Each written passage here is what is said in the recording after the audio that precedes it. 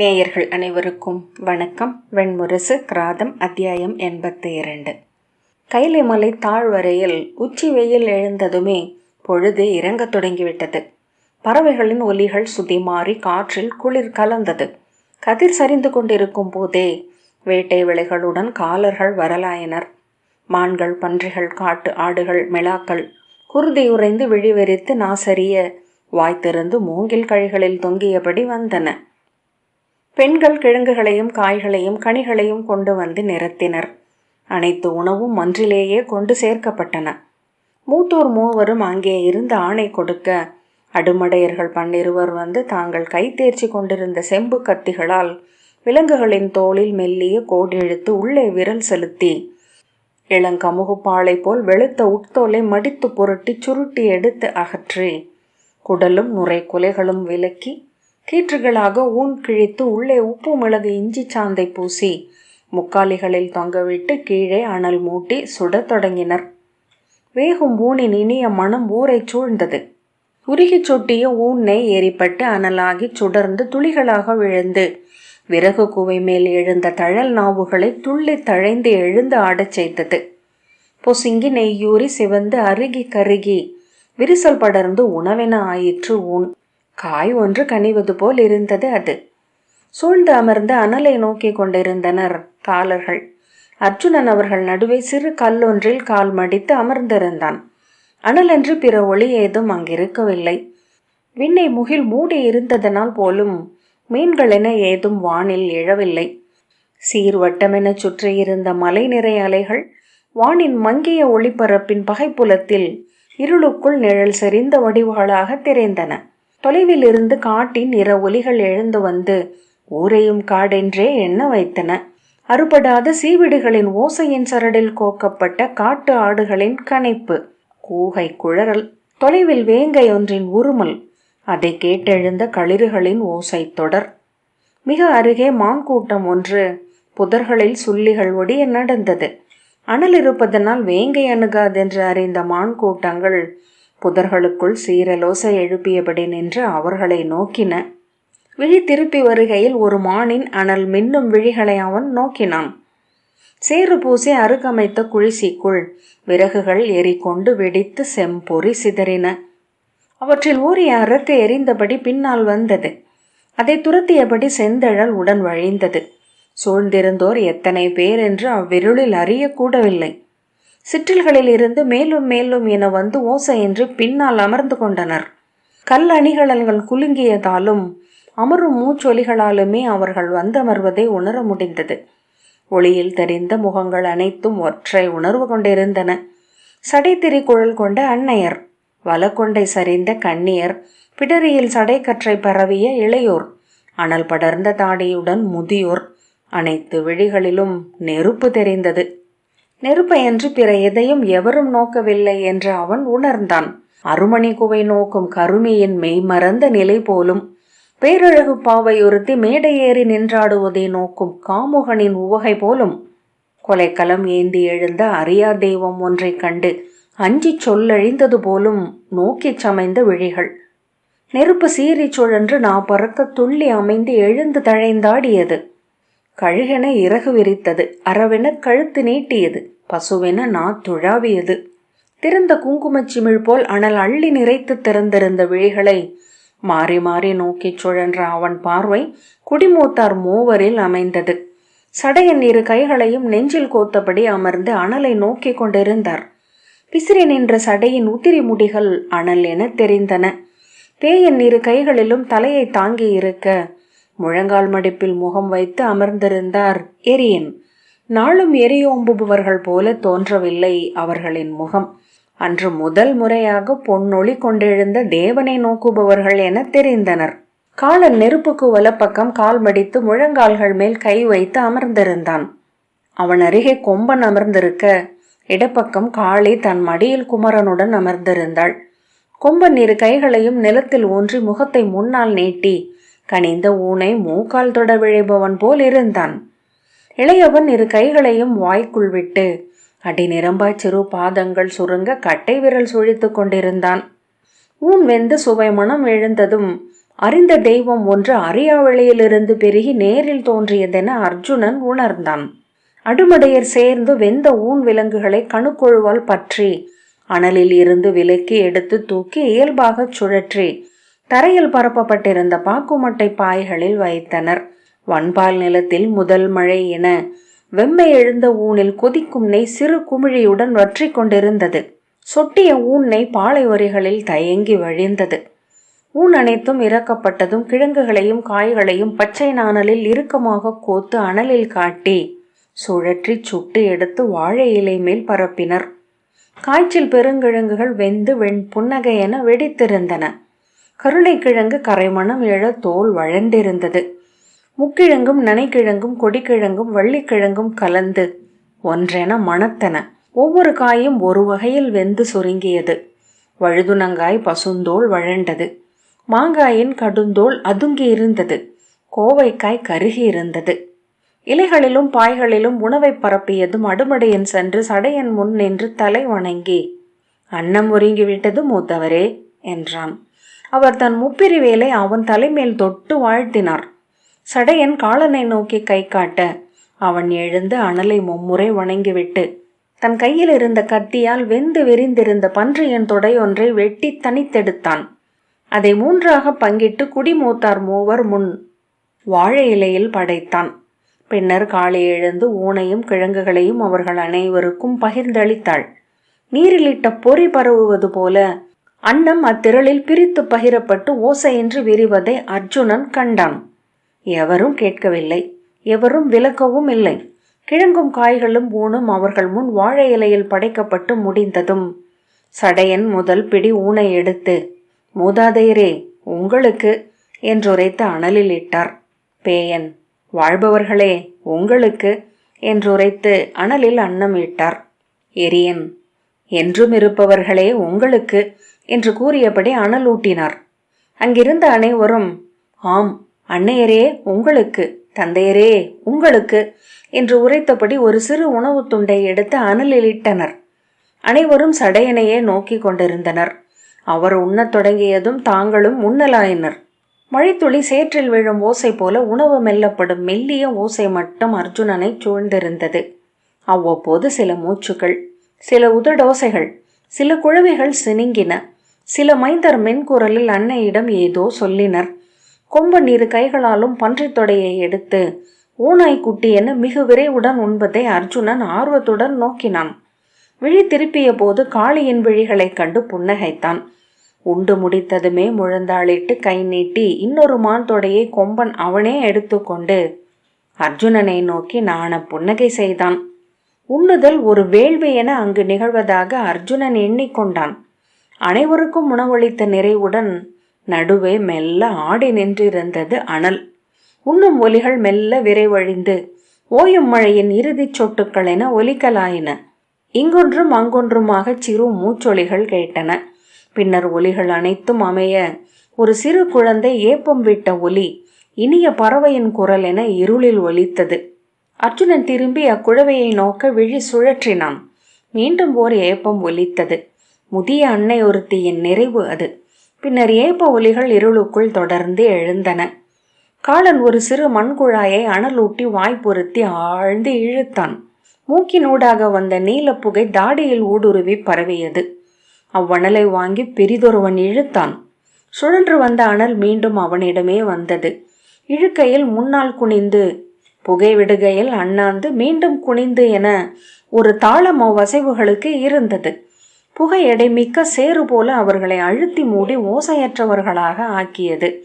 விழிகள் மட்டும் அதிர்ந்தபடி இருந்தன.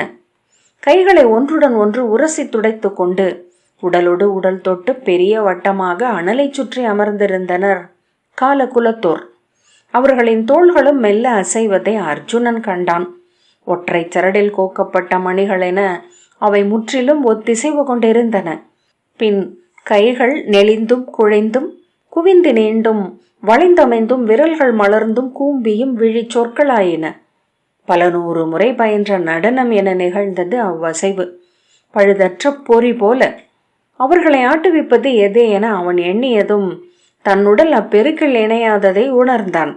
அவ்விளக்கம் மூலமே அவ்வசைவை அவன் பார்ப்பதையும் அறிந்தான். தன் இடையில் சுருட்டி வைக்கப்பட்டிருந்த அக்கூழாங்கல்லை எடுத்து வலக்கையில் வைத்து பொத்திக் கொண்டான். அதை நெஞ்சோடு சேர்த்து விழிகளை மூடியபடி மெல்ல தன் உடலை அசைக்கலானான். இருபுறமும் தோள்கள் அவனை முட்டின. பின்னர் தொடுகையின் தாளத்தை அவன் உடல் அறிந்தது. அத்தாளம் மட்டுமே அவன் உடலில் அசைவென்றாகியது. அந்த கல் எடை கொண்டு அவனை தன் ஊசலென ஆக்குவது போல் இருந்தது.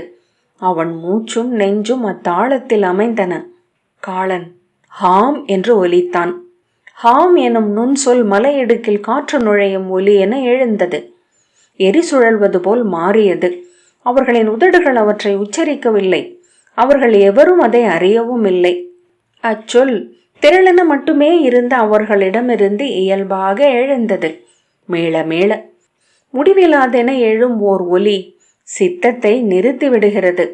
ஹோம் என்னும் அடுத்த நுண் சொல் மீண்டும் மீண்டும் ஊசல், முடிவிலா சுழல், தன்னைத்தான் சுற்றும் மையத்தின் அசைவில்லா அசைவு. ஹம், அனல் முழக்கம், அனல் ரீங்காரம், அனல் வெடிப்பு. ஹவும், அனைத்தையும் அரைந்து மூடி தழுவும் அலை.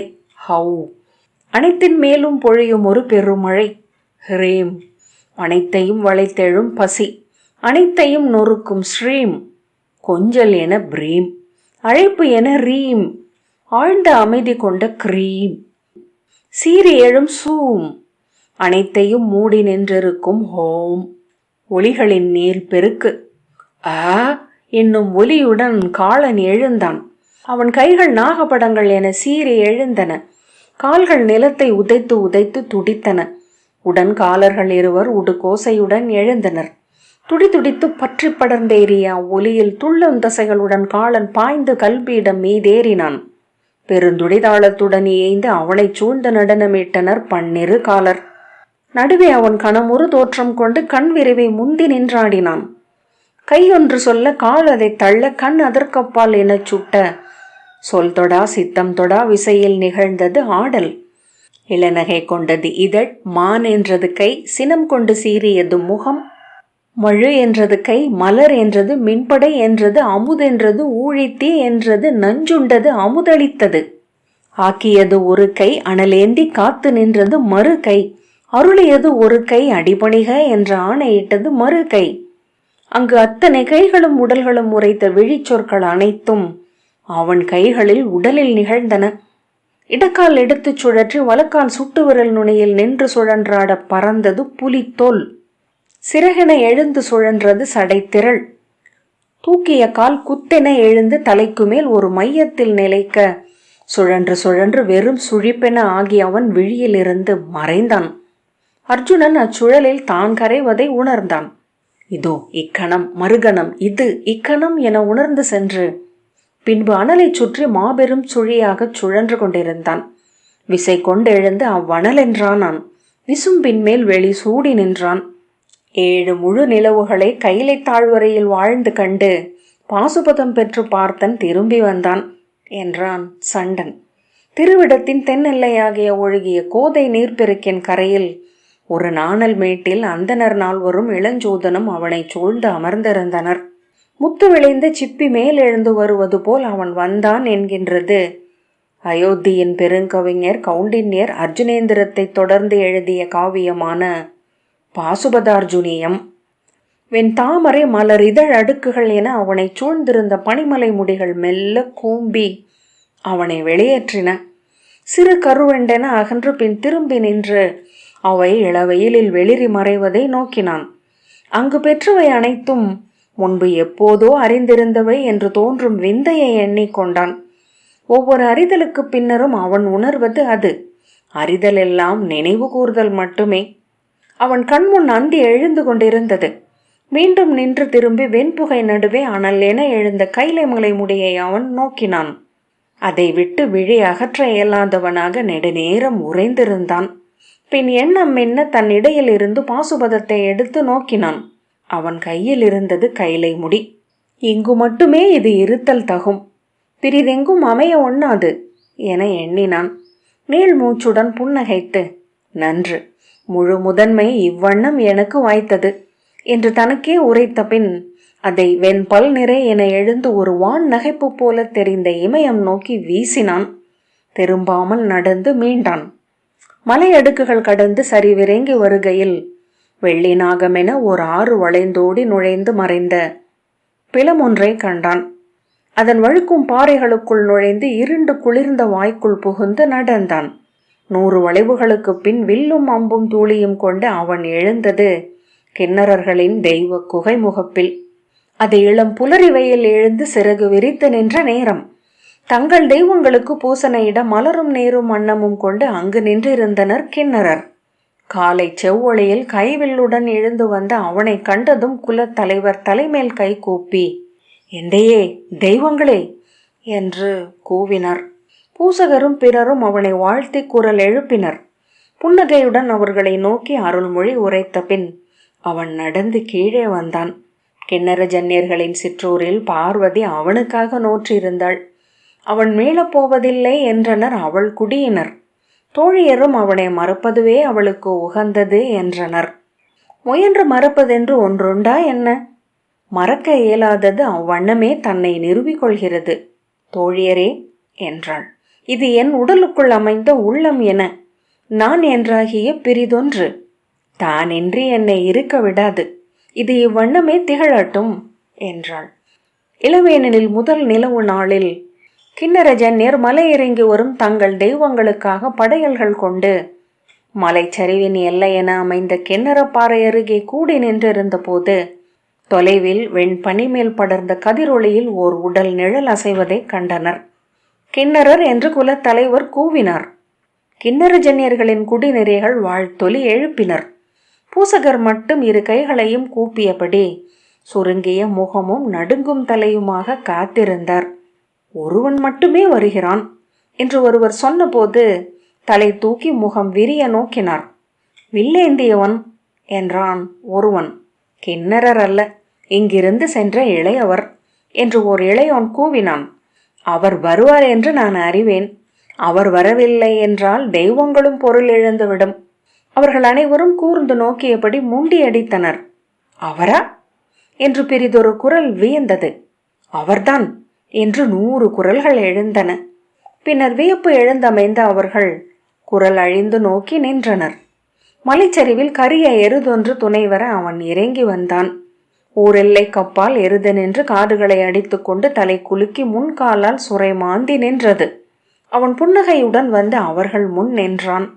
குலத்தலைவர் எழுந்த உணர்வு பெருக்குடன் இரு கைகளையும் தலைக்கு மேல் கூப்பி, வருக வீரரே, எங்கள் குடி தழைக்கட்டும், மா வீரர் இங்கு பிறக்கட்டும். அர்ஜுனன் பூசகரை அணுகி அவர் கால்களை தொட்டு சென்னி சூடினான்.